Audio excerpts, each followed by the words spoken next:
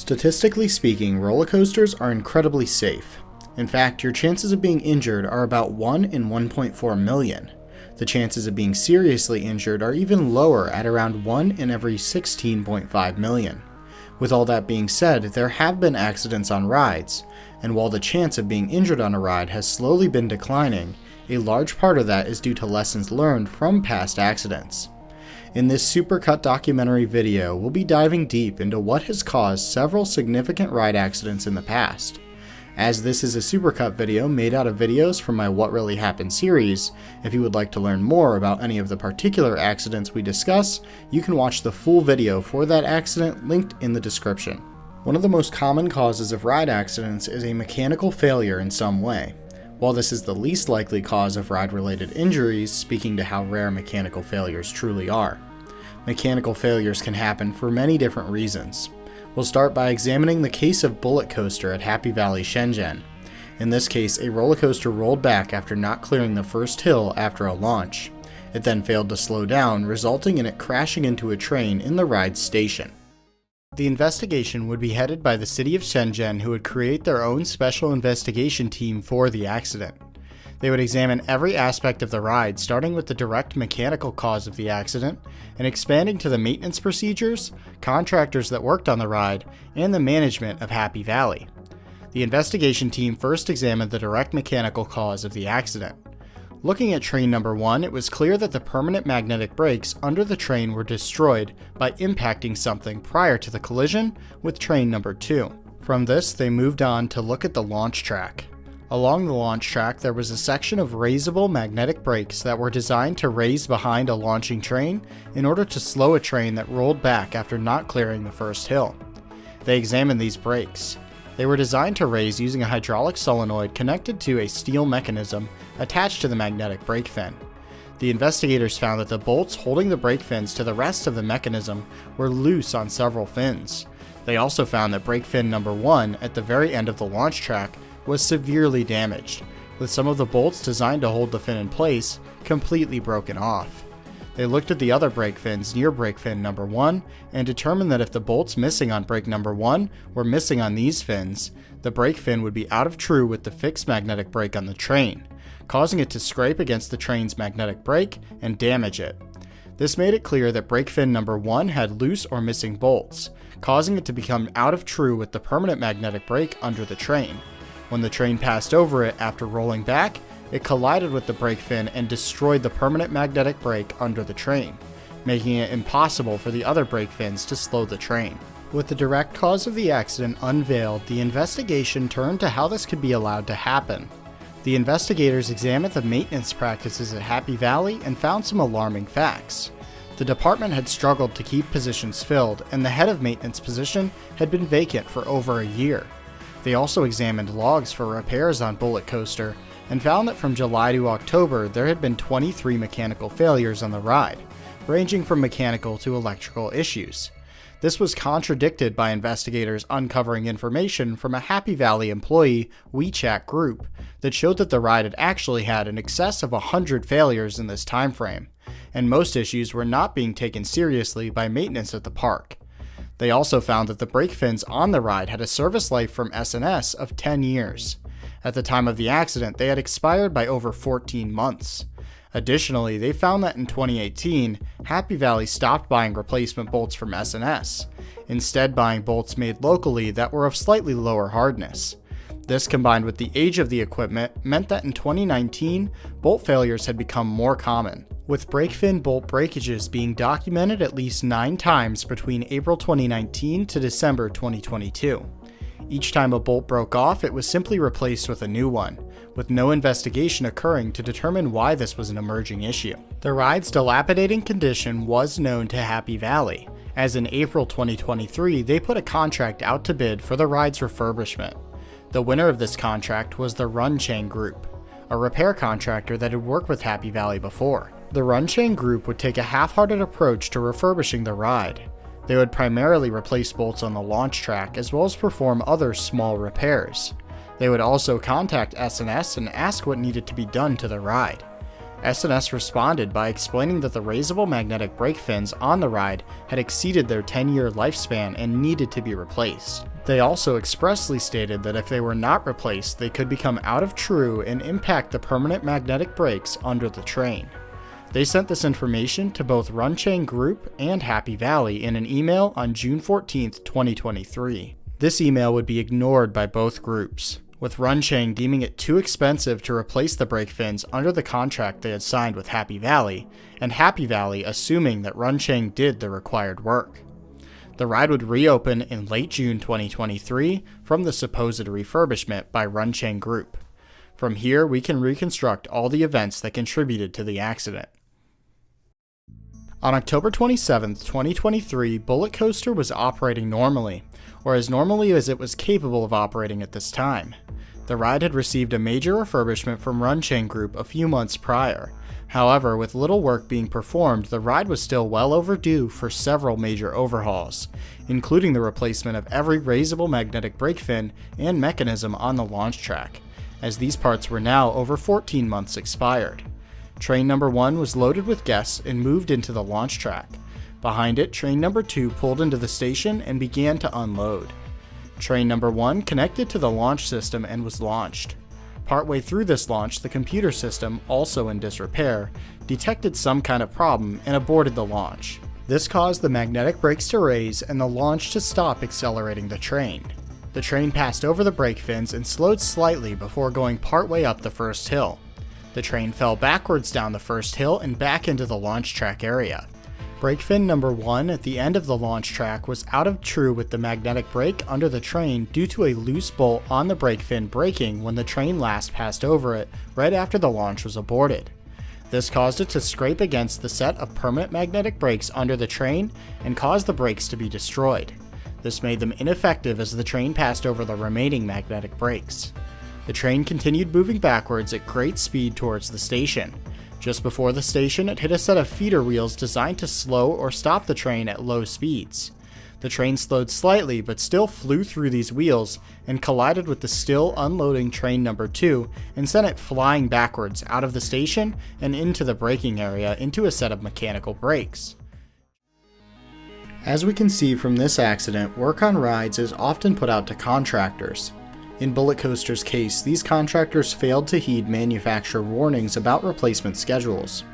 But what happens when the ride's manufacturer no longer exists, or hasn't for several decades? That was the case for Jetline in 2023. In this case, a part of the train working as the ride's axle failed, resulting in the train contacting the track hard, throwing riders from the train. The investigation into the accident began immediately. The investigation would be headed by the Swedish Accident Investigation Authority, who had experience investigating other ride accidents in the country. They would examine every aspect of the ride, from its core design, its maintenance, operations, and the design of several of the ride's systems. Jetline had been operating since 1988 without any serious incidents. The ride was made by the defunct German manufacturer Schwarzkopf. The trains were made by Zire. The ride featured 5 trains, with 3 being used at a time. Train E was involved in the accident. Investigators started by examining the accident site itself. They found that there were several impact sites located on the track where the underside of the train had made contact, leaving large gashes in the thick steel. There was also extensive damage to Train E itself. This not only included the expected damage where the train had made contact with the track, but also extensive damage to the couplings between cars, as well as extensive bending of the ride's lap bars, with all but one of the ride's lap bars where riders had been seated found to be bent forward out of their normal position. Some of these lap bars were bent so far that they were nearly in the same position as they would be if they were completely open. They also noted damage to a roof and a section of the ride caused by wheel bogies from the train hitting them. Clearly, the ride had suffered a serious and catastrophic failure. To learn more, the investigators looked closer at the design of the ride. Jetline, like most roller coasters, used a wheel bogie design consisting of 3 sets of wheels that effectively secured the train to the track. These bogies came in pairs and were held together with a device known as a control arm. The control arm acted like a bridge between the 2 wheel bogies, holding them together and connecting them to the train itself. Each car on Jetline featured 2 wheel bogies and 1 control arm, with the exception of Car 1, which had 4 wheel bogies and 2 control arms. Looking at the accident site, the front control arm on Car 1 was almost entirely missing. Only a small section, which was attached directly to the rest of the car, remained. Examining the area around the crash site, investigators were able to find the right part of the control arm on the ground under Brake 1. A short ways down the track, near where the train descended from Brake 1, the left part of the control arm was found. This area coincided with a large gash on the track and the area where one rider was thrown out and killed. The control arms were examined closer to determine why it had failed in such a dramatic way. Jetline maintenance records showed that cracks had been noticed in the ride's front control arms several times in the past, with the first report coming from 2006. These cracks had been mostly remedied by certified welders repairing them. During an annual teardown of one of Jetline's trains in 2019, cracks were once again noticed in a front control arm. The maintenance team noted that the general wear on the control arm was too great to repair, and so a new control arm was needed. Groenelund placed an order for 5 front control arms, enough to replace the arm on all trains, with the contractor Mecasmos in November 2019. With this order, they sent the original drawings for the control arms provided by Schwarzkopf. Other than stating the number of arms that they wanted produced, the grade of the steel to be used, and sending the drawings, there was no other information provided in their order regarding how the control arms were to be manufactured. Mecasmos, a larger metalworking firm in Sweden, did not perform welding themselves, and so they contracted the work out to another firm, GMW. Groenelund was never informed that a new subcontractor had been hired for the job. A welder at GMW started work on the control arms but had questions regarding how the job was to be done.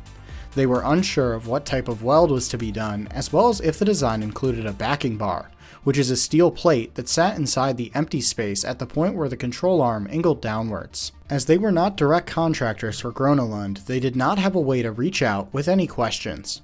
Instead, they interpreted the over 30-year-old document the best that they could and determined that a backing bar was not part of the design. They produced the control arms and sent them to Groenelund, with them arriving in spring 2020 in conjunction with the pandemic.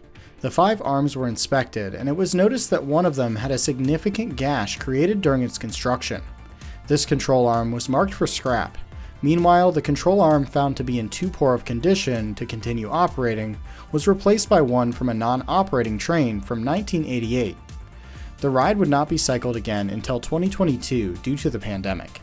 On August 28, 2022, it was noticed that one car in Train E was out of alignment with the others on the track. The ride was immediately closed and a large crack was found in one of the rear control arms. Groenelund immediately took the entire ride out of service and inspected all control arms on every train.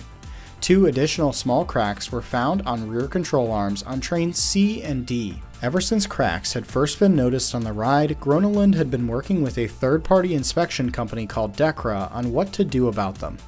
They reached out to them once again after discovering these significant cracks. Dekra recommended welding repairs to the control arms that Groenelund then followed. Groenelund also ordered new rear control arms for all trains. All the weld-repaired control arms were inspected using non-destructive testing and were found to be properly repaired and in good shape. While replacement arms were being fabricated, Train E was taken out of service. The order for these control arms once again went to Mecasmos, who once again contracted the work out to GMW. GMW did not have the capacity to complete the work, and so they once again contracted the work to another subcontractor. These new rear control arms were delivered to Groenelund in March 2023, and an initial inspection showed many problems, including poor quality welds and incorrect dimensions. These were to be sent back. At the time of the accident, none of the new rear control arms were installed, though this entire event underscores the quality problems of producing parts for a ride whose manufacturer had been out of business for several decades. These issues were being exacerbated by contractors subcontracting work to other firms, making communication between those involved nearly impossible and decreasing quality. The newly fabricated front control arms from the 2019 order would be installed on Train B in 2022 and Train E in March 2023. Trainees would end up failing catastrophically during the accident due to several manufacturing errors, including poor weld quality and the lack of a backing bar at the point where the control arm bent. In these cases, it's easy to say that the owners or operators should simply be more careful when looking at the work performed by contractors. And while that is a part of the resolution to these accidents, owners themselves have been known to contribute to ride accidents. This usually comes in the form of making modifications to a ride. These can be for reasons such as increasing the availability of the ride to more riders or reducing downtime. In any case, these modifications, unless approved by a manufacturer, can be disastrous. This was the case for the Orlando FreeFall Drop Tower attraction in 2022, when a modification allowed a 14-year-old rider to slip from their restraints and fall to the ground. Quest Engineering was contracted by the state of Florida to investigate the accident. Their investigation would examine the setup and maintenance of the ride specifically, leaving the operational procedures to the state and other agencies. Quest had experience with ride accidents in the state of Florida, having previously investigated the Sandblaster roller coaster accident. They first looked at all the mechanical components of the ride and determined that there had been no mechanical failure. All parts of the ride had operated without mechanically breaking in any way. Seat 1, the seat where the ejected rider had been sitting, had striations on the seat base that indicated the rider had slid over them with some force when they were ejected. These striations were specifically located on the seat horn, which was designed to work with the over-the-shoulder restraint to keep the rider in the seat. They measured the distance between the seat horn and the bottom of the over-the-shoulder restraint. This gap is referred to as the restraint opening. When the restraint was sufficiently closed and the restraint opening was small enough, two safety lights would illuminate. These were lights located next to each seat and on the control panel. Without every light illuminated, the ride would not be allowed to dispatch by the ride's control system. The system that determined if a restraint was in the proper position was a magnetic sensor attached to the pivot point of the restraint. As the restraint rotated downward, the magnetic sensor would detect a metal flag plate, telling the ride's control system that that particular restraint was secured in the proper position. The exact location of these sensors could be adjusted by use of two screws located near the sensor.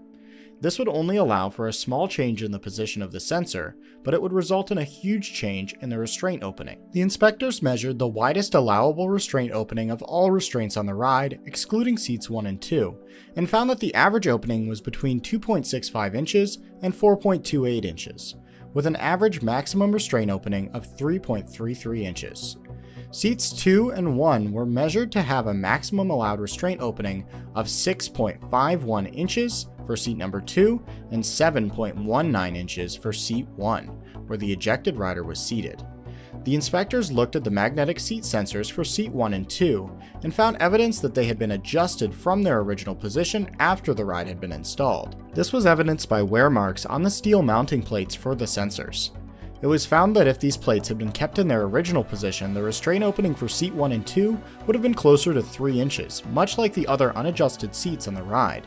Instead, with the adjusted sensor, the ride system was now reading seat number 1 and 2 as being secured like all the other restraints on the ride, even though there could be a gap of around 7 inches between the horn of the seat and the bottom of the restraint. Next, the inspectors tested the amount of give in the restraint system when force was applied to it. This would seek to determine if the restraint opening would grow when force was applied, and if it did grow, by how much. The ride used twin hydraulic cylinders to secure the restraints. These are usually some of the safest designs out there due to their redundant nature and the fact that they can lock in any position, meaning usually restraints of this design have very little movement from their locked position when force is applied. The inspectors applied approximately 250 pounds of force to the restraint from the seat horn. They found that this caused the restraint opening to grow by up to 3 inches, a very large change for restraints of this design. Evidence from the accident video showed that the ride was initially started with the restraint opening around 6 inches. The restraint opening then looked to grow as large as 10 inches when the rider was ejected. Additionally, the investigation measured that the ride exerted positive 4 Gs of deceleration when braking, meaning that all riders on the ride would weigh 4 times their normal weight. Inspectors then tested the ability for a rider to escape from the restraints with them secured in positions ranging from 6 to 10 inches of restraint opening. The inspectors, who were each between 6 foot 3 inches and 6 foot 5 inches tall and weighed between 200 and 300 pounds, were all able to slide out of the restraints with little issue. Moving on to the ride's operation. The owners of the ride, Orlando Slingshot, otherwise known as the Slingshot Group, trained and continues to train all of their operators internally. They never provided any kind of training manual to the operators of the ride. Funtime, the ride's manufacturer, provided one when the ride was purchased. This manual states that operators should check each seat by pulling on it. This was not performed on the day of the accident. Instead, all seats were checked visually to ensure the safety light was on. The manual also states that riders who appear to be too large for the seats should not ride. The accident video shows the restraint of the ejected rider significantly higher than the restraints of those around them, making it obvious to any well-trained operator that something was off. Additionally, the manual explains that altercations to the ride system are not permitted without the approval and supervision of the ride's manufacturer, Funtime. Additionally, the paperwork for the ride's operation on the day of the accident was examined. Not only was it found that several operators working the ride that day had not signed any kind of training paperwork, meaning it was not clear if they were properly trained or not, but also the ride's operating paperwork for the day of the accident had been forged and the ride had been signed off for operation that day by someone who is not even working. The ride's owner would later insist that the operators working were properly trained and just had not signed official paperwork. Though without this paperwork, this cannot be verified. The Quest Engineering investigation concluded with investigators stating that the adjustments of Seat 1's proximity seat sensor was the principal cause of the accident. The investigators closed by stating that though this was the direct cause of the accident, there were many other potential contributing factors and they were not assuring the safety of the ride in the normal, unadjusted restraint position. They recommended a further investigation into the design, safety, operation, and history of the ride be performed. This unfortunately would not occur, but with these facts uncovered, we can reconstruct an accurate recreation of the events on March 24, 2022 at Icon Park. On March 24, 2022 at Icon Park in Orlando around 11 p.m., Orlando FreeFall was operating normally, or as normally as this ride was capable of being operated at the time. Riders were being loaded from the line and onto the gigantic ride. A larger rider was directed by the operators to sit in seat number 1 as it was known to accommodate larger riders. The adjusted restraint was pulled down by the rider to a restraint opening of around 6 inches. The adjusted magnetic sensor on the back of the rider's restraint read as it being secured, and the safety light on the ride and the control panel read as secured for seat number 1. The operators saw this light was illuminated and moved on to other seats. After visually verifying most seats in a seemingly random order by one operator, the ride was allowed to be dispatched by the operators. The ride's control system, reading every restraint as being closed to a safe position, started the winch to pull the rider vehicle to the top of the tower. The restraint on seat 1 was visually higher than all other seats on the ride. Instead of noticing this, an operator near seat 1 joked with the other riders on the ride to secure their seatbelts, even though none were installed on the ride. The ride ascended its 430-foot tower, rotating 4 times on the way up. At the top of the tower, the seats tilted 30 degrees and the catch car detached from the rider vehicle. The ride then plummeted down the tower at nearly 80 miles per hour. Near the bottom of the ride, the rider vehicle passed over magnetic brakes that caused a rapid deceleration of the rider vehicle as designed. This exerted over 4 Gs of force on all riders, including the rider in seat number 1. The rider in seat 1 pressed hard against the restraint with so much force that the restraint opening became as wide as 10 inches. The rider slipped through this opening and fell to the ground at great speed. The rider was killed after striking the paved ground. One operator rushed over to the scene and began questioning the operator who assisted in checking seats, asking, and the operator responded with, emergency services were called and the ride was shut down for investigation. Unapproved modifications to rides are often prohibited by law in many areas due to the concerns that they present. That being said, modifications are not always done just for greed. Sometimes they're done with the best of intentions. In the case of Roller Coaster at Idelwild in 2016, a coaster nearing 100 years old needing to be brought up to modern standards, what started as a few innocent changes resulted in a disaster where a 7-year-old rider was thrown from a moving roller coaster car. The investigation would be headed by the Pennsylvania Department of Agriculture, who is responsible for inspecting rides in the state. They would examine all contributing factors to the accident, including the ride's design, modifications, operations, the riders themselves, and maintenance of the attraction. They would compile this information into a report released in 2017 and available in the description for you to read. The facts referenced in this video were all pulled from this report. Starting off by looking at the design of the ride itself. Rollercoaster was a historic coaster, built originally in 1938 by Philadelphia Toboggan Company, a well-known wooden coaster manufacturer. The ride was a small wooden roller coaster featuring no seatbelts or lap bars. Instead, riders were expected to hold on to a small metal grab bar in front of them for the duration of the ride. Though this restraint design seems dangerously inadequate on the surface, this design was very common on rides from the time, and roller coaster was not a particularly intense ride, as it was designed for children. This design was reflected in its height requirement, as the ride was still run with its originally set height requirement from 1938 of 36 inches to ride and 48 inches to ride without an adult. Every rider on the train, including the ejected rider, was at least 36 inches tall. In the ride's nearly 100 years of operation, some changes had been made over time. The grab bar, acting as the primary restraint, had foam padding added to it so that riders would not accidentally injure themselves by banging their head on the steel bar. A sign was also added in front of the grab bar on each row, instructing riders to remain seated and to hold on to the bar. Another modification involved the ride's trains. The ride was still running with its original 1938 trains at the time of the accident. Though these trains were simple, parts were hard to find. So at some point, prior to the 2016 season, Train 1 was taken permanently out of service and used for parts for Train number 2. At the time of the accident, Train 1 was completely inoperable, with the connections between its cars completely disconnected. The maintenance practices at the park were called into question by the investigators. Looking at the hitches connecting the cars together, it was noticed that the hitches on Train 2 featured excessive wear. These hitches consisted of a steel tube around a bolt. Over time, this tube would wear out and need to be replaced. Based on the wear observed, this had not been done for some time. This added wear meant that the cars could shake and move more erratically than they were designed to.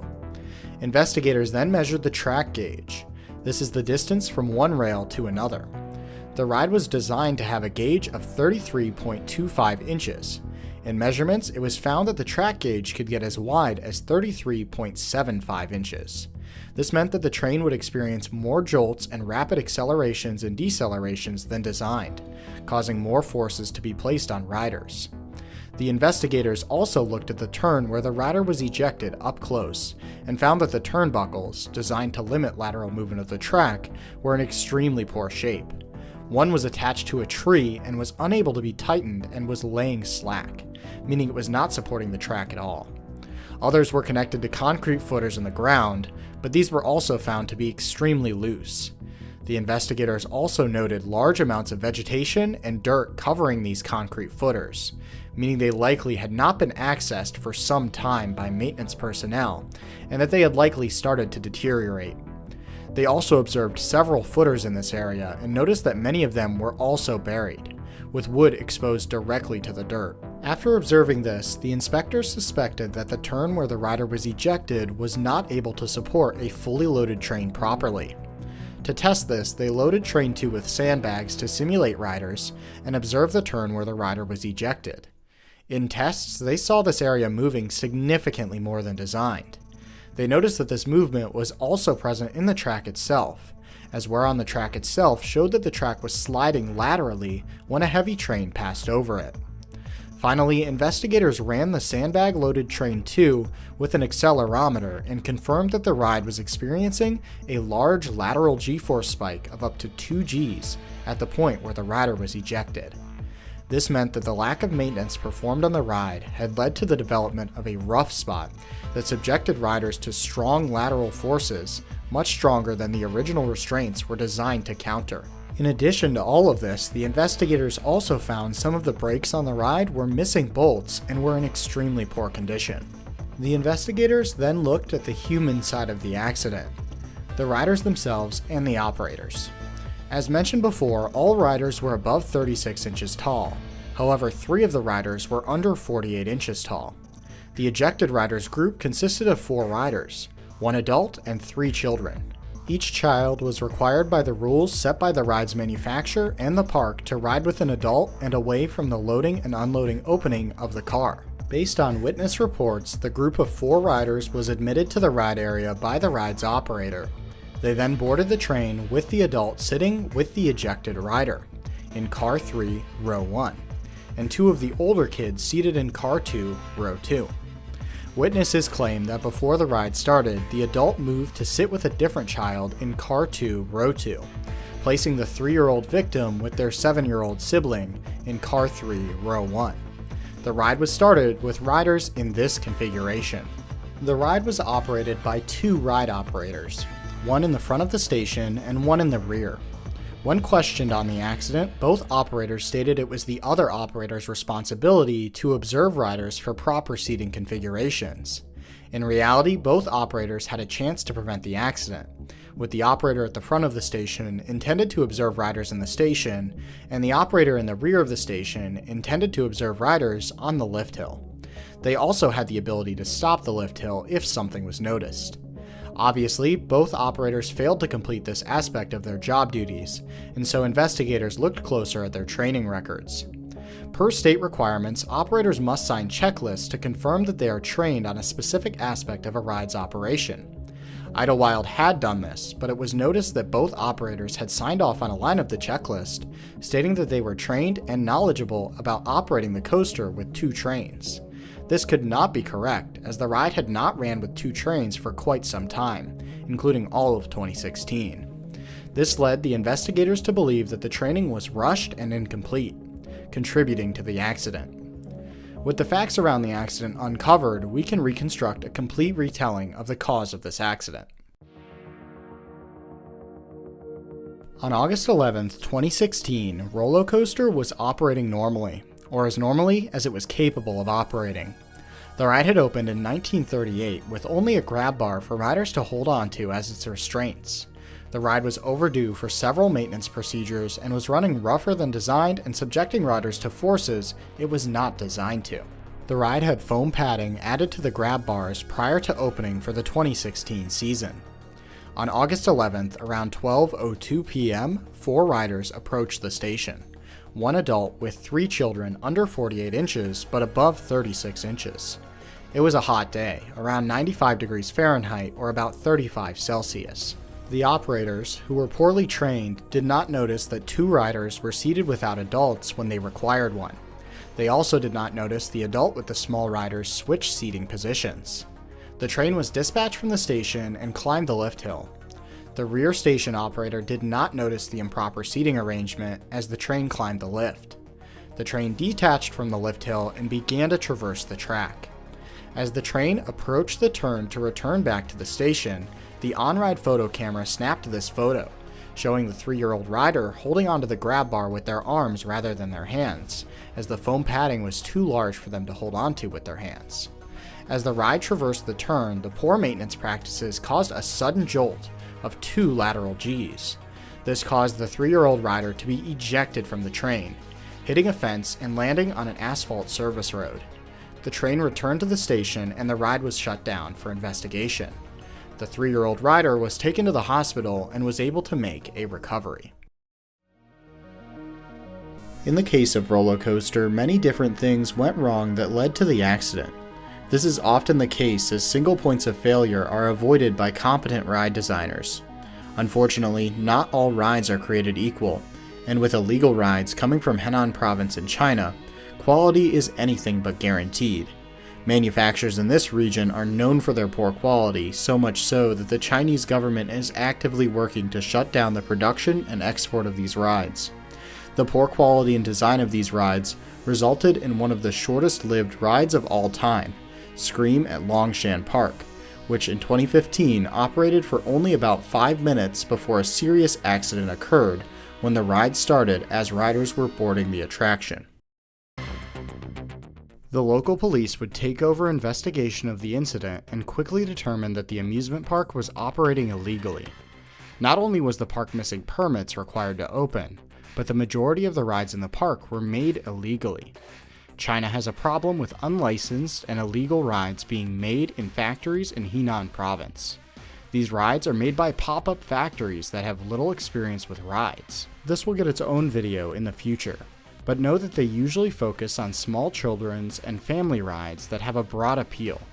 Longshan Park had several of these smaller rides that, while they're unsafe in their own way, do not have the same kind of forces that have to be engineered around like a thrill ride does. Scream was a booster-style ride made by one of these pop-up manufacturers. It was similar in design to this ride currently being sold by Lurky Rides. Lurky Rides is one of many names used by these pop-up manufacturers to hide the Henan province origin of their rides. The ride is an extremely simple take on a booster. It features 2 rider vehicles, each seating 8 riders back to back. The restraints are a simple over-the-shoulder harness that locks in just one position using a lever on the side of the ride vehicle. There's nothing inside the restraints that verify the security of the restraints prior to ride startup. The seats can rotate freely on their own hub, and the entire arm is spun by an exposed electric motor at the top of the support tower. The ride also features no control system. Instead, an operator simply controls the speed and direction of the electric motor manually. This, combined with lower quality materials, allows these rides to be made at such low cost, with some of these booster rides being marketed for under $50,000 US. This low cost comes at the direct expense of safety. When we compare a ride like Scream to a Funtime Vomitron, a classic booster ride that usually costs a few $1,000,000, the Vomitron features redundant hydraulic over-the-shoulder restraints that can lock in an infinite number of positions and by default are locked. They can only be unlocked by an electric signal being sent to the restraints, and this is only possible when the ride is in the parked position. The ride also features a fully programmed ride cycle with fail-safes in place. The ride even features a raisable floor for ease of rider access. All of these added features result in a lot more cost as well as a lot more safety. Let's compare the startup checks and processes needed to start a ride cycle on Scream compared to an average Vomitron. To start a cycle on the Funtime ride, the following checks must be complete before the ride will begin moving. 1. All restraints must be locked. 2. All restraints must be lowered to the proper position, determined by a magnetic sensor attached to each individual restraint. 3. The raisable floor must be in the lower position. 4. The operator must have pressed the dispatch button and must be depressing the foot pedal to confirm they are physically present. With Scream, the startup process is vastly simpler. Since the ride has no way to detect the position of the restraints, and the ride has no control system, the ride will start as long as the operator moves the lever controlling the ride's single electric motor. This lack of backup safety systems ultimately caused this accident. Rides designed in the same way as Scream are actually not permitted to operate in most of the US and Europe due to ASTM and TÜV standards. This is because rides that exert the amount of forces this type of ride does are required to have restraints that lock in multiple positions.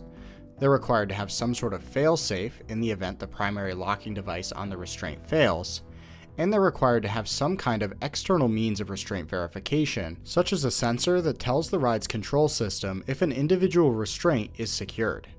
Scream and other rides like it that are lacking all of these measures are extreme hazards to riders. Interestingly, some of these pop-up Chinese ride manufacturers have even stated to news crews in the past that they know that these larger rides are dangerous.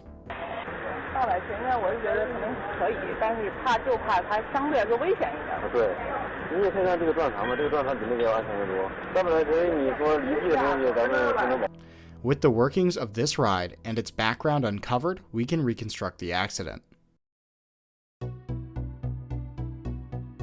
Around 12:05 p.m., Scream at Longshan Park in Pingyang, China was operating as normally as it was capable of doing. Longshan Park had just held its grand opening a few minutes earlier, and Scream was loading some of its first ever riders. As a group of riders were loading into the ride, something, whether it be an operator's mistake, or perhaps something as simple as a gust of wind, caused the lever in the ride's control booth to move forward.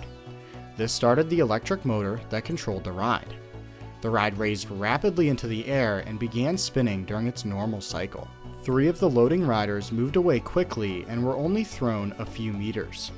These riders would sustain more minor injuries and would make full recoveries.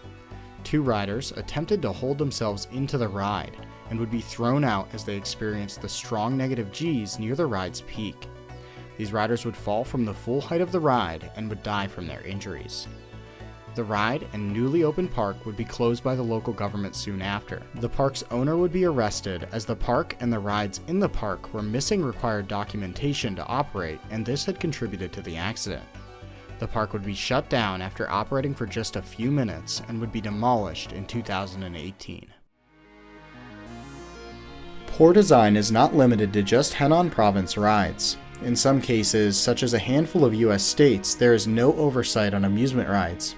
This means that there can be cases where an unqualified person can create a ride and open it to the public, all while doing little to ensure the ride's safety and while potentially knowing about the ride's hazards. These factors all came together in 2016 on the mega water coaster known as Verruckt, where several riders would be seriously injured over the course of multiple accidents, and one would be killed, with the ride only closing after this death. The investigation would first treat what happened as a freak accident, as based on information provided by the park it at first seemed to be. But as the investigation progressed, whistleblowers from within the park came forward to reveal more information about how the slide had been designed and operated. The investigation also uncovered a long list of other accidents that had occurred before this and been covered up by park management. Verruckt had been designed by 2 owners of the Schlitterbahn company. The owners had originally tried to have the slide designed and produced by an established water slide manufacturer, such as ProSlide or Whitewater West, but these manufacturers refused given the tight timeline and scale of the project. The Schlitterbahn owners, who became the de facto ride designers, had no ride design or engineering background. They were also working with a very rushed timeline, with a goal of opening the ride in just 7 months, with a targeted opening date of June 15, 2013. The design team's lack of engineering experience and knowledge led them to design the ride using crude trial and error methods, with a prototype of the slide being created just 36 days after the idea was initially proposed. This approach meant that no calculations were made for the forces that the ride would subject riders to. The design team moved forward and contracted structural engineering out to an outside firm. The outside firm would later state that their work was rushed, but all required engineering calculations were made when designing the structure of the ride. This would be verified by investigators. The ride would be built in time for the 2013 opening, but early testing showed problems with the ride. Rafts loaded with sandbags would sometimes have issues clearing the second hill on the ride. Other times they would travel too fast over the second hill and become airborne. The ride, like other water coasters, was designed with high-pressure water jets on the ascent of the second hill that could push rafts up the hill. Unlike other water coasters designed by established manufacturers, Verruckt was incapable of moderating this pressure for heavier or lighter rafts, instead spraying water at the same pressure for every raft.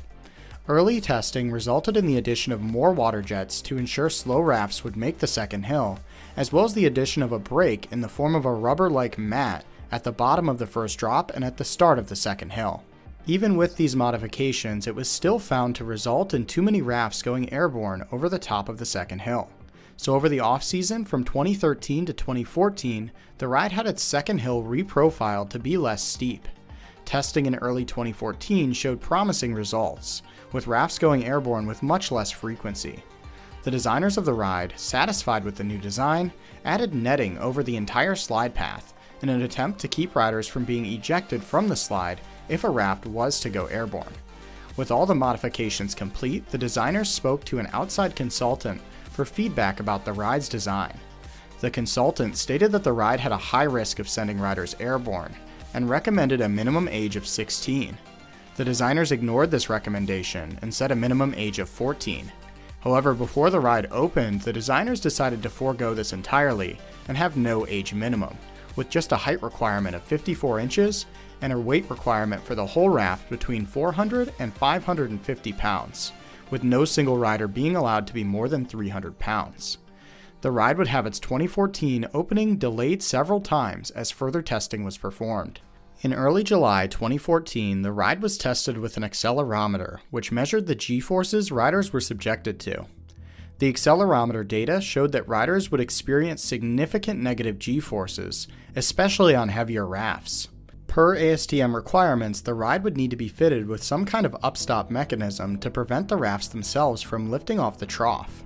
The rafts would also need to be fitted with Class 4 restraints. The Velcro straps the rafts were currently fitted with were a Class 2 restraint, and so significant amounts of redesign would be needed to make the ride ASTM compliant.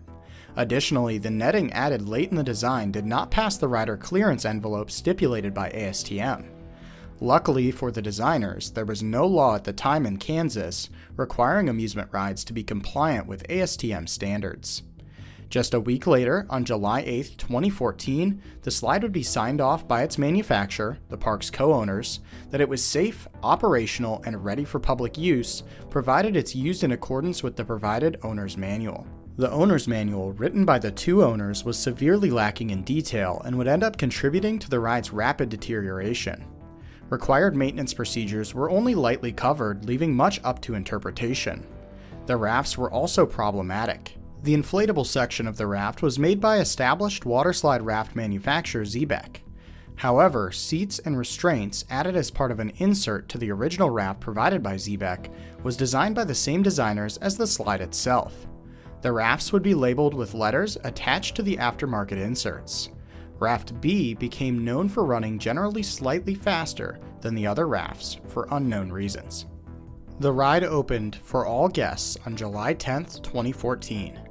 The outside consultant would warn the designers on August 16, 2014, that the ride was still unfinished and unsafe, yet the slide remained in operation. The slide would suffer an increasing number of incidents each year it remained open, in part due to the lack of maintenance procedures outlined by the manual. Specifically, the manual did not set out any details for determining the proper operation of the mat brakes installed on the slide. It also did not stipulate when they needed to be inspected or replaced. As these brakes worked using friction, they would wear out over time. The ride would experience its first injury on August 31, 2014. The raft carrying a rider who was a minor in the front seat experienced rapid deceleration when entering the runout pool. This caused the rider to slam their head forward and then back against the headrest. The rider sustained a concussion. The slide would close for the season shortly after this accident. The first Verruckt accident of 2015 would happen on June 16th. As an overspeed raft holding a former Schlitterbahn employee raced down the first drop, the Velcro restraint came undone. The former employee was thrown to the side at the bottom of the drop as they were unable to brace as the raft traveled over the break at the bottom of the slide. As the raft crested the second hill, the former employee claimed that their head came within inches of the metal support for the netting. The raft crashed down the final drop and hit the runout pool with so much speed that it crashed into the concrete wall at the end of the runout. The former employees sustained injuries to their head, neck, and back. They were taken to first aid where they met the park's operations director who the employee had worked with previously. They created an incident report for the accident, but the park operations director took the report after the former employee left first aid. The report was unable to be found again, even after all incident reports were subpoenaed after the final accident on the slide. On July 5, 2015, a minor was riding Verruckt after the slide had just reopened from a downtime. When the rider's raft hit the brake at the bottom of the first drop, their head was slammed into the seat back, causing them to temporarily go blind. The rider felt themselves get air on the top of the second hill, before having their head slammed into the seat back again on the second drop. The rider sustained a concussion. The same park operations director from the previous incident personally took the incident report from this accident. On July 9, 2015, an adult was riding Verruckt in the back seat of the raft. On the initial descent, they felt the raft rise off the flume. At the bottom of the first drop, they were slammed down so hard they injured their neck. On July 11, 2015, an adult was riding Verruckt. The rider noticed several rafts which appeared to be repaired using duct tape. The rider claimed their head was whipped side to side during the ride, resulting in severe neck pain. On August 3, 2015, an adult was riding Verruckt with two children. The rider stated that when the raft crested the second hill, they felt it go airborne. This was followed by a hard landing that slammed the rider's head into the seat back. The rider suffered severe head and neck pain. Verruckt would close shortly after for the 2015 season. After nearly a year in on and off operation, the ride was already starting to show signs of wear and tear. Little maintenance work would be performed though, as maintenance staff were not informed of what needed to be replaced and inspected due to the lackluster manual. The slide would open in rough condition in 2016. This would end up resulting in 2016 having more injuries than 2014 and 2015 combined. On June 16, 2016, an adult was riding Verruckt with one other adult and one child in Raft B. The adult seated in the back went airborne when the raft crested the second hill. They hit their head and face on the hoop support and netting. The raft then slammed into the concrete wall at the end of the ride's runout. The rider sustained minor injuries, and Raft B was removed from service, but returned to service just a few days later. The park operations director intercepted lifeguard-written incident reports and had them altered to remove any mention of the raft going airborne. On June 22, 2016, a minor was riding in Raft B on Verruckt. The rider suffered whiplash while on the ride due to suddenly being jerked forward when the raft hit the runout at the end of the slide at high speed. Raft B was again removed from service and was inspected for any obvious clues as to why it was running so fast. The raft would remain out of service until July 22, 2016. On July 3, 2016, two adults were riding Verruckt. On the first drop, one of the adults' Velcro restraints came undone. To prevent themselves from being ejected, the rider grabbed onto the straps and dug their toes and feet into the corner of the raft. The rider had their toes broken by the forces of the ride and flexing of the raft. On July 25, 2016, a minor was riding Verruckt in the front seat. At the bottom of the first drop, the raft slammed to a sudden stop on the brake pad at the bottom of the slide. This caused the rider to slam their head into their knees, resulting in a large gash in their forehead. On August 3, 2016, a minor was riding Verruckt. During the ride, they got their foot stuck between the upper and lower portion of the raft. This caused their toenail to be ripped off. On August 5, 2016, an adult was riding Verruckt. After cresting the second hill, the raft went airborne and then thrashed back and forth on the way down into the runout. The raft then crashed into the concrete wall at the end of the runout. The rider was diagnosed with herniated spinal discs as a result of the rough ride. This would be the final non-fatal accident on the slide. In 2016, there were a number of warning signs that the slide was not operating as intended. Seasonal leadership staff created daily reports regarding the slide's operation and maintenance. These reports were submitted to the previously mentioned park operations director. Between May and June 2016, the following quotes were pulled from those daily reports. May 26, 2016. Boat B2 was abnormally heavy and ran fast and rough. June 18, 2016. B2 got air on the second hill for no apparent reason. June 22, 2016. Boat B was taken out of circulation today because it kept coming into the runout extremely fast and injuring guests. The reports of Raft B running too fast did not end here. Between May and August 2016, 17 reports mentioned Raft B running too fast or getting airborne. On July 22, 2016, Raft B was put back into service. The following quotes are excerpts from the daily report for Verruckt regarding Raft B leading up to the final accident. July 22, 2016. We put Boat B back into circulation and it ran smoothly for the rest of the day. July 25th, 2016. Boat B was going really fast, maybe too much air, deflate Boat B a little. August 5th, 2016. Boat B low on air and requires maintenance. Later in the day on August 5th, 2016. Boat B needs less air than the other boats in order to go down slower. August 6th, 2016. Boat B was going really fast. The maintenance problems extended beyond Raft B. The daily reports mentioned 8 times in July 2016 that the mat-based braking system on the bottom of the second hill was in the process of failing, causing rafts to overspeed. On July 28, 2016, it was noted that the braking system for the rafts had failed and the slide needed immediate repair. Between this date and the date of the accident, there were 8 written reports submitted to the park operations manager that the brakes on this part of the ride had completely failed. After the brakes failed, the reports of rafts going over speed and going airborne increased. The designers of the slide failed to place any warnings to operators about airborne rafts or how to judge the condition of the brakes. The operators relied on common sense for making reports to management. The ride's desperately needed overhaul may have been delayed due to August 7th, the day of the fatal accident, being the last day of daily operations for the park. With this information uncovered, we can reconstruct the final fatal accident on Verruckt.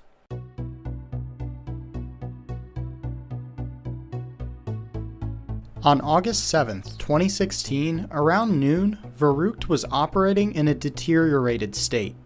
The metal structure was rusting due to the rushed construction, and the crude mat-based braking system was partially missing, as the section on the second hill had failed roughly a week prior. Raft B was loaded with 3 riders, 2 adults and 1 child, who combined weighed just under the maximum allowed weight of 550 pounds.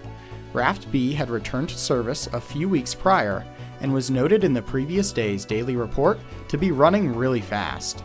The group of 3, with the child sitting in the front, which was the correct seating position according to the ride's designers, were sent down the slide's 168-foot drop.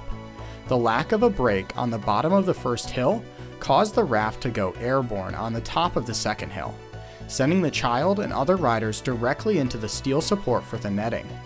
The child suffered a decapitation. The 2 adults suffered skull fractures and cuts. Raft B continued into the runout at great speed.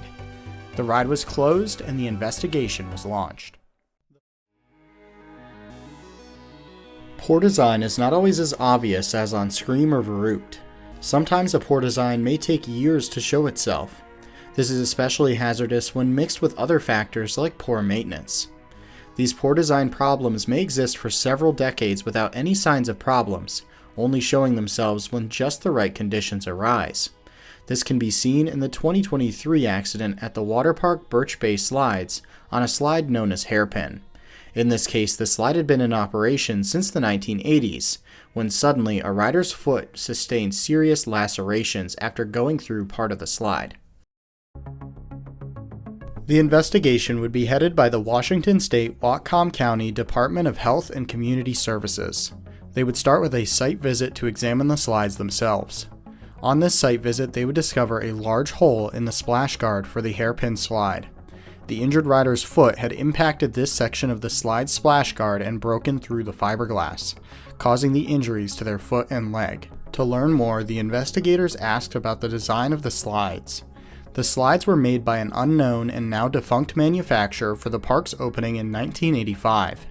The slides had been resurfaced and even replaced in several sections by industry-recognized slide refurbishment company Safe Slide. The slides consisted of 2 main portions, the slide deck and the splash guard. The slide deck is where the riders' bodies were designed to lay. It was made of reinforced fiberglass. The splash guards were intended to keep riders' extremities and water in the slide, not to support the weight of riders under ride forces. They were made from non-reinforced fiberglass. According to the park's general manager, the slides at the park were undergoing annual maintenance conducted by third-party contractors rather than by the park itself. This included a local firm, Kensington Engineering, who would complete a structural analysis of the slides, and Safe Slide, who was performing annual refurbishments of the slides themselves. Within the time frame of the investigation, the general manager of Birch Bay Slides was only able to provide documentation from Safe Slide for the 2022 and 2023 refurbishment of the slides. Safe Slide, as a company, specializes in restoring and repairing water slides. This sometimes includes replacing slide segments altogether. Safe Slide also inspects slide deck integrity as well as doing fiberglass work to ensure a smooth ride. The park's general manager stated to investigators that the slides were walked and inspected at least once a week, with the park's maintenance team inspecting between 1 and 2 slides at the park each day before the park opens. With this being a very small water park with only 10 slides, every slide can be inspected between 1 and 2 times a week using this method. The park did not document these inspections or any repairs that took place as a result of these inspections, so it's not clear if hairpin had been repaired in the recent past in the failed area, or if any other damage was noticed. The investigators made a second visit to the park and inspected the damaged slide further. They noted that the failed splash guard segment was on the wind-facing side of the slide. They also noticed that the splash guards on the slide were held on with metal fasteners drilled into the exterior flange of the reinforced segment of the slide. They noticed that many of the fasteners that remained, especially on the wind-facing side of the slide, had considerable amounts of rust and corrosion. They also noticed several of the fasteners were loose, with a few missing altogether. Additionally, some splash guards near the broken section were loose. The investigators also noted several cracks in the fiberglass that would have taken some time to develop, meaning they were likely missed in a daily inspection or their maintenance was deferred.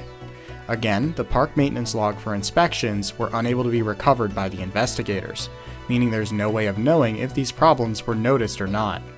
The investigators also discovered a previously repaired segment of splash guard immediately downstream from the failed guard. It was clear that the guard had been repaired at some point, as the section where it was attached had been patched to provide material for attachment of the bolts holding the guard in place. It's unclear when this repair was performed or what the nature of the splash guard's failure in this area was. Unfortunately, the county inspectors are not engineers, so that was the limit of their investigation. However, I would like to bring up another detail that I believe provides more insight into why the slide failed. The splash guards being made of non-reinforced fiberglass indicates they were not intended to experience strong forces, such as the forces experienced when keeping a rider in the slide, with the reinforced slide deck intended to take these forces instead. But watching guest point-of-view videos of this slide, it's clear that it was common for riders to slide up onto the splash guard in this segment, sometimes getting so high as to have their entire bodies supported by the guard. According to the park's general manager, the slides had no weight limit. Depending on the speed of riders, this segment of non-reinforced slide may have been repeatedly supporting riders, which it was not designed to do. This design flaw in the original slide went unnoticed for many years, as the slide was nearing 40 years old at the time of the accident. It's likely that this accident was waiting to happen, and in this case, the warning signs were missed, leading to this accident. With this information uncovered, we can reconstruct the accident on August 25th, 2023. On August 25th, 2023, Hairpin at Birch Bay Water Slides was operating normally. Around 12:52 p.m., a rider descended the slide. After exiting the double down area, they slid up onto the splash guard on a sharp turn. As they did this, the splash guard, weakened by thousands of other riders sliding over it, broke, sending the rider's right foot through the segment of missing and damaged fiberglass. The rider's foot and leg contacted the broken fiberglass and rusted steel fasteners, causing serious lacerations. The injured rider continued down the slide into the runout pool, where they were assisted by lifeguards who were alerted by the rider's yelling. The rider would be transported to a hospital where they would make a recovery. The park would close for the remainder of 2023, and the investigation would begin. Improper ride operation is another cause for accidents, though it's still not the most common cause for injuries.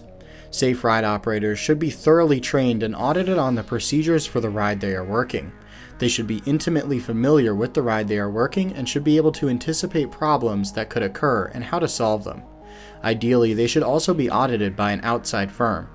When a park fails to get their operators to this level, it leaves the door open for mistakes. This can lead to some serious accidents. For example, in the case of the haunted mine drop in 2021, where a 6-year-old child was killed after the ride was started without them secure. On September 5th, 2021, Haunted Mine Drop, a drop tower ride that starts at the top of a mine shaft and drops 110 feet underground, was operating normally. At approximately 7:15 p.m., a 6-year-old female guest approached the attraction. She was taller than the ride's minimum height requirement of 46 inches, and thus was allowed to ride. She proceeded to sit down in seat number 3 on the Haunted Mine Drop. On the ride cycle before this one, seat number 3 was empty, and so the double seatbelt system used as the only restraint on this ride was still buckled. The guest sat on top of these seatbelts and placed the tail of one seatbelt over her lap. Haunted Mine Drop utilizes up to 2 operators for loading and unloading. Operator 1 began checking seatbelts on the ride. When he reached seat 3, he checked the restraint block where the first seatbelt rod was inserted and noted that it was inserted properly and locked. He then pulled on the tail of the seatbelt to ensure that it was locked. In doing this, he pulled the tail of the seatbelt out of the young guest's hands. He he did not notice that the seatbelt was not properly positioned across the rider's lap. Operator 1 continued to check the other seats normally and returned to the control booth. The control panel for the ride showed an error on the HMI screen that would not allow the ride to start, as seat number 3 had not had its restraints cycled since the last ride. This ride has a built-in safety system that requires all seatbelts be removed and relocked between each cycle. Since this had not been done for seat number 3, the ride threw an error. Operator 1 was confused by this and returned to the seatbelt several times to ensure that the rods were properly inserted, not noticing that the young guest in seat number 3 was sitting on top of her seatbelts. At this point, Operator 2 came into the control booth to see what was going on. Operator 1 explained that the ride had an error that was preventing the ride from dispatching. Operator 2 took over and unlocked all the seatbelts for the ride and then went to recheck all of the restraints again. Operator 2 repeated the same actions as Operator 1, locking the seatbelt pins but not noticing that the seatbelt was not properly positioned over the guest in seat 3. Operator 2 returned to the control booth. As all restraints had now been cycled, the error was gone and the ride was dispatched by Operator 2. The 6-year-old guest in seat 3 fell 110 feet to the bottom of the ride and was killed. Just knowing how to operate the basic functions of a ride is not enough. Ride operators need to be comfortable with and confident in the policies associated with the ride they are working. This includes enforcing the ride admission policy, essentially the rules on who can and cannot ride their specific ride. Failure of operators to do this can lead to significant consequences. This is evident in the case of Ride of Steel at Darien Lake in 2011, where a rider who did not meet the ride admission policy was allowed to ride and was ultimately thrown from a coaster and killed. The investigation would examine every aspect of the incident, from the operation of the ride, the maintenance procedures, the design of the ride, and the alternate access programs employed at Darien Lake. They first looked at the maintenance of the ride. They examined the ride's lap bars on both the red and blue trains and determined that nothing had failed mechanically. The ride's trains had been maintained according to the manufacturer guidelines, and it was up to date on third-party inspections. They examined the design of the ride itself and found no inherent design flaws, though the ride model had a history of rider ejections. In 1999, a similar incident occurred on the same ride where a rider was ejected due to not fitting properly in the restraints. Due to the design of the ride, it was hard to judge whether the rider was properly secured by the restraint. This accident resulted in the addition of seatbelts to act as a measuring device for larger riders for the 2000 season. This was also added to 2 other coasters of a similar design at Six Flags America and Six Flags New England. In 2004, at Six Flags New England, a rider with unusual body proportions was again ejected due to it not being apparent to ride operators that they were not properly secured into the ride. This resulted in modified restraints on all 3 rides that were more secure and prevented larger riders from accidentally being admitted into the ride. Ride of Steel was operating with these new trains and seatbelts at the time of this accident. The investigation then turned to the alternate access procedures used at Darien Lake, as well as the operating procedures employed by the ride operators at the park. The ejected rider was a military veteran who was missing all of their left leg and hip, and their right leg was also amputated above the knee. Based on this information, it was not safe for the rider to ride any roller coaster at Darien Lake. Darien Lake's website from 2011 provides some basic information about access for guests with disabilities, such as that no rides at the park can accommodate wheelchairs, that many queues are not accessible for those with mobility impairments, and that guests who are affected by these impairments should go up the ride's exit or other alternate entrance marked by a sign. It also states that guests with certain size and physical proportions may not be able to ride all rides. Finally, it states that specific information is available at the ride and at guest relations in an Americans with Disabilities Act brochure. This would later be audited, and it was found that the mentioned brochure provided appropriate information about the rides at the park and their accessibility. It was also found that the signs at both the entrance and exit for Ride of Steel also provided this information, both sources explaining that riders with amputations above the knee were unable to ride Ride of Steel. The entire alternate access system at Darien Lake at the time was based around riders reading these warnings and operators knowing the restrictions of the ride they were currently operating. This left a large amount of room for error that ultimately led to this accident. Moving on to the operators themselves. Darien Lake and Hershen Family Entertainment, the owners of Darien Lake at the time of the accident, did not and still do not use a third-party ride operator certification. Instead, training was left to the park itself, and audits of ride operator performance were done only in the form of spot checks by managers at the park. Ride of Steel was operating with 3 operators on the day of the accident. 1 in the controls of the ride, 1 on the load side of the platform, and 1 on the unload side. It was found that the operator training was compliant with manufacturer guidelines, but employee retention of the material was poor. This was especially true when it came to comprehension and retention of the ride admission policy regarding guests with disabilities. Over the summer, the operators had become complacent with simply seeing someone arrive in the exit in a wheelchair and letting them on. They had become distanced from the safety-sensitive aspect of their job duties, and no one was there checking on employees to correct this oversight. With this information known, we can reconstruct the exact chain of events that led up to and occurred after this accident. On July 8, 2011, Ride of Steel was operating normally. Around 4:05 p.m., a guest who was in a wheelchair, missing all of their left leg, part of their left hip, and had their right leg amputated above the knee, visited guest relations and asked about boarding policies for guests with disabilities. Guest relations explained the policy at the park that allowed guests with certain disabilities to go up the exit of attractions. They offered the guest a brochure about ADA at the park and explained further what rides could accommodate certain body types. The guests declined this brochure, stating they already had one. It was never determined if this actually was the case.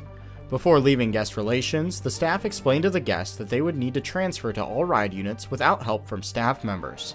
At this point, the guest left guest relations and went out into the park. At around 5:30 p.m., they went up the exit for Ride of Steel, passing a warning sign that stated that riders with the same body dimensions as the rider that was attempting to board were not permitted to ride. The operator on the unload side of the platform signaled to the operator in controls not to open the gates in the next train, as there were guests in the exit waiting to be boarded. The red train pulled into the station and the guests in the exit were boarded. A relative of the guest with leg amputations assisted the rider with disabilities into row 11 of the ride. The loading gates were then opened and riders from the standby line filled the remaining 30 seats. The train was then checked by the 2 operators. This included one operator directly checking the seatbelt and lap bar of the guest with one missing leg. The red train was dispatched from the station. The rider stayed secure for the first 2 moments of negative G-forces on the first drop and first airtime hill. But as the train exited the first helix and crested the second airtime hill, the strong negative G-forces combined with the restraint's inability to secure riders without contact to their legs threw them from the train. The ejected rider fell to the ground below and was killed instantly after impacting the ground. The red train returned to the station and rolled right in, as the blue train had already been loaded and dispatched by the time the red train returned. Riders on the red train alerted the operators to what had happened. The operators opted to continue to cycle the ride and unload riders, allowing the blue train to crest over the lift. The fully loaded blue train completed the ride layout without incident, passing the scene of the accident on the previous train. The red train was emptied of riders and sent around empty to allow for the blue train to return to the station for unloading. This not only destroyed any kind of evidence that may have been left on the red train, but it also potentially endangered riders on the blue train, as at this point no one was aware as to what caused the accident or where the ejected rider was. The most common cause of injury by far is rider behavior. In fact, it accounts for the vast majority of ride-related injuries in any given year. Rider behavior can be as simple as a rider failing to heed operator warnings given in the station, such as to secure their cell phone, or sometimes it's as serious as riders entering restricted areas of a ride. The latter was the case for the Batman the Ride accident at Six Flags Over Georgia in 2008. A rider entered a danger zone for the coaster where they were struck by the ride and killed. Around 1:50 p.m. on June 28, 2008, Batman the Ride at Six Flags Over Georgia was operating normally. Little did anyone on the scene know that in a few moments they would bear witness to one of the most infamous accidents in amusement ride history, when a 17-year-old would be struck and killed by the coaster. I've obtained hard-to-find reports that shed more light onto this accident than previously reported. The findings of those reports are outlined in this video. June 28, 2008 was just like any other busy Saturday at Six Flags Over Georgia. Lines for all the rides were long, but the line for Batman the Ride was especially long. The ride is an inverted coaster made by B&M. Added in 1997, in 2008 it was still one of the most popular rides in the park. By 1 p.m. the line for Batman was up to 120 minutes. A large group of teen boys was visiting the park that day with a church group. The group entered the line for Batman around 1:40 p.m. What happened next is not exactly clear, but it is known that the group of boys attempted to get ahead of the line by jumping over some fences around the ride.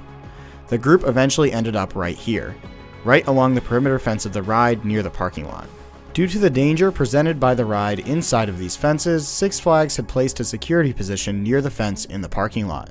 The security officer stationed there noticed 2 of the boys inside the fence, as well as 4 others walking around the outside of the fence talking to the group inside. Security told the boys outside the fence to leave and had the group inside the fence return to the ride queue line.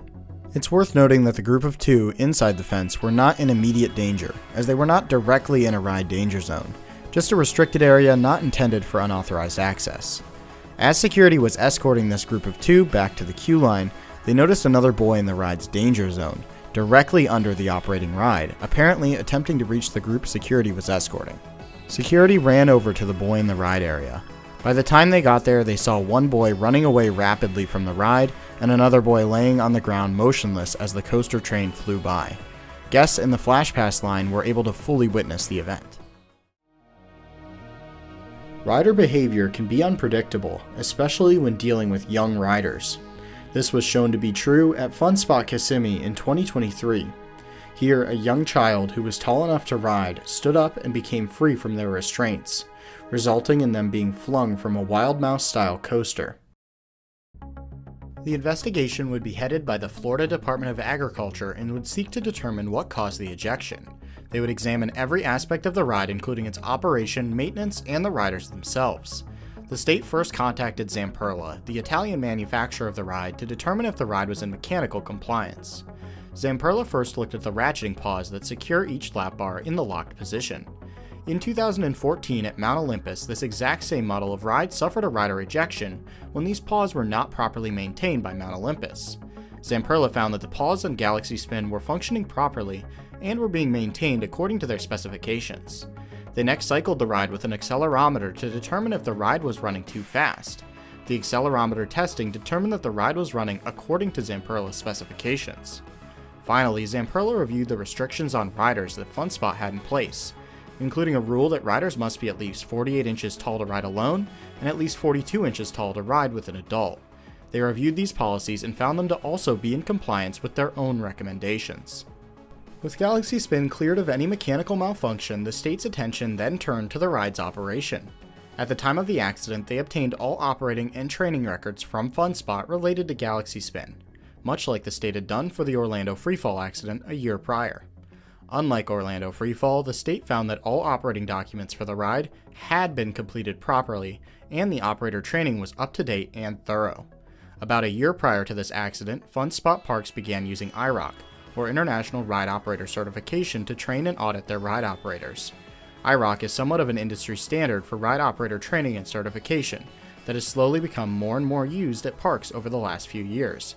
For example, it's used at all Cedar Fair parks. This training was effective for FunSpot, as it was revealed through video footage that the operator of Galaxy Spin checked the ejected rider's height. The operator then secured the rider into the train by pushing down, then pulling up on the lap bar. And finally, the footage showed the operator watching the 3 riders as they left the station, ensuring they were all properly seated. All of these practices being exactly in line with how Zamperla specified the ride should be operated. With these 2 factors examined and the answer still unclear as to why the rider was ejected, focus then shifted onto the rider themselves. As mentioned, the rider was 6 years old and was riding with their 2 cousins, who were older children. All children were over 48 inches tall, meaning they could ride the ride alone without an adult. After all 3 children left the view of the operator, something must have happened that caused the ejection. Interviews with other guests at the park shed more light on the situation, with one guest stating that they witnessed the ejected rider standing outside of the safety bar on the 2nd level of the ride. Once they noticed this, they ran over to the station to inform the operator. In the process of this, they state that they heard the rider fall. Another statement came from a FunSpot admissions employee who talked with one of the riders who was riding with the ejected rider. They stated that the ejected rider was, quote, moving their legs around a lot during the ride, and that they watched the rider fall. It's important to understand that even with modern design and engineering, it's often possible for riders to escape restraints if they try hard enough. This is especially true for less intense rides. This is how larger riders are accommodated, as truly no restraint perfectly secures all riders. This is the same reason that larger and more intense rides usually have less accommodating restraints and higher height requirements. This is why parks implement policies on smaller, less intense rides that require adults to ride with small children who may be more prone to attempting to escape from their restraints. With this information uncovered, we can reconstruct an accurate retelling of the events that led up to this accident. On August 3, 2023, around 3:30 p.m., Galaxy Spin at Fun Spot Kissimmee was operating normally. 3 riders, all children but taller than 48 inches, boarded the ride, passing several signs that warned against standing up. The smallest of these riders was measured by the ride's operator and found to be just over 48 inches tall. The riders were loaded into a car on Galaxy Spin, and the operator checked their restraints by pushing and pulling on the lap bar. The car was dispatched from the station, and the operator watched as all 3 riders remained seated properly until they were out of their view. The ride completed the first half of the cycle normally. Sometime in the second half of the ride, around where the car began spinning, the smallest rider in the group moved in a way that allowed them to become free from under the lap bar restraint. As the ride navigated the first hairpin turn on the second level, the rider was ejected as they were standing outside of the lap bar and near the exit of the ride vehicle. They fell to the ground about 20 feet below, landing on a support beam at the bottom of the ride. The ride was emergency stopped by the operator after hearing about the ejection from other guests that ran up to the platform. First responders attended to the ejected rider, and the other riders were evacuated from the cars, stopped on the control points of the ride. All of these accidents can teach us lessons about how to make theme parks safer. In fact, many of them are currently being used for just that, whether it's on a legislative level or even as simple as just being used for operator training. Ride accidents are not some magical thing that just happen outside of our control. They have reasons, sometimes simple and sometimes very complex, but they can all be prevented. It's the goal of the industry to get to a future where ride accidents never happen. In the meantime, we can learn all we can from those that have occurred. If you enjoyed this supercut explaining the details of how these accidents occur, remember that I have a full series of these videos explaining even more about these accidents and many others. If you enjoy the factual and non-sensationalized way that I cover these accidents, please consider liking and subscribing so that these videos appear above others in the YouTube algorithm. Thanks for watching, and I'll see you next time.